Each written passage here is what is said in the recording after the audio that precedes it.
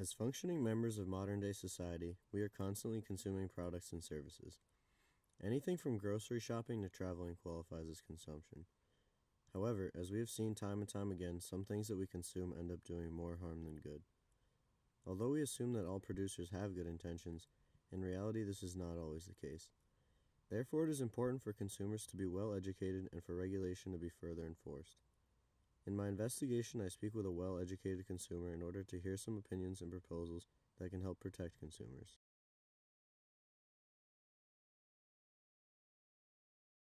Personally, I don't think that the typical consumer is rational and as well informed as someone who studies economics is.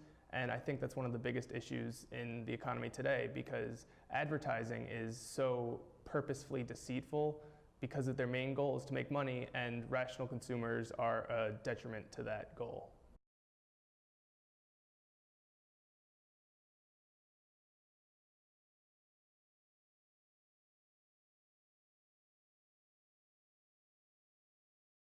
I think that iceberg research is as apt a name today as it's ever been, because the whole point of the iceberg is you don't really worry about the small piece that's showing and you're confident that you can go through it, but the real danger is what lies underneath it. And in today's age, I think that a lot of consumers fancy themselves smart consumers, someone who are in the know, because everyone knows that advertising is, evil, but so they think that they're better than this iceberg research, and that's the trap, because now they are driving directly into the iceberg.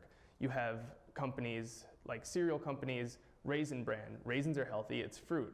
So it's a good source of vitamins and minerals. It's also a good source of sugar and carbs and childhood obesity.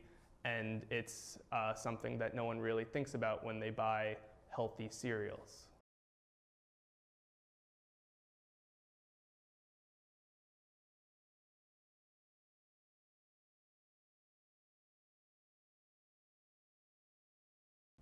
Antitrust laws are definitely a good start in protecting consumers and increasing consumer welfare, but I think before we can propose even more legislation to help consumers, we have to look back at those same antitrust laws and realize that not all of them are enforced as well as we would like. You're never going to see one grocery store or one cosmetic company producing the only product in their field. But you will see monopolies in other places, in more abstract places. For example, the taxi companies in New York City, or I should say the taxi company in New York City, there's only one, and the barriers to entry are incredibly high. So that's why when you have companies like Uber coming in, the taxi companies are getting mad, and they're trying to sue, and they're trying to raise this whole issue about Ubers, when the real issue is they don't want to lose their monopoly.